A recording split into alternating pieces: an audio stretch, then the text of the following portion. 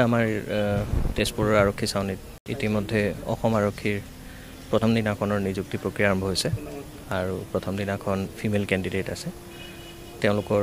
ইতিমধ্যে যিখিনি শাৰীৰিক পৰীক্ষাত সেইখিনি আৰম্ভ হৈছে আৰু সুকলমে এতিয়া চলি আছে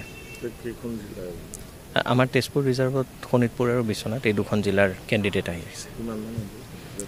আজি যিটো স্লট আছিলে সেইটোত 600জনী কেণ্ডিডেটৰ স্লট দিয়া হৈছিলে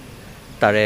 আমি লেটেষ্ট গম পোৱা মতে 450মান কেণ্ডিডেট ইতিমধ্যে এডমিট কাৰ্ড ডাউনলোড কৰিছে তেওঁলোক আহিব আজি মহিলাৰ হয় আজিৰ দিনটো মহিলাৰ কাৰণে নিযুক্তিৰ কাৰণে ৰখা হৈছে চলি থাকিব চৰকাৰী বন্ধ যিবিলাক আছে সেইবিলাক বাদ দি যেতিয়ালৈকে কেণ্ডিডেট শেষ নহয় আজিৰ পৰা প্ৰায় 1-1.5 মাহ তেনেকৈ চলি থাকিব ইয়াৰ পিছতে বিভিন্ন পোষ্টৰ কাৰণে বিভিন্ন প্ৰক্ৰিয়া আছে সেইমতে তেনেকৈ চলি থাকিব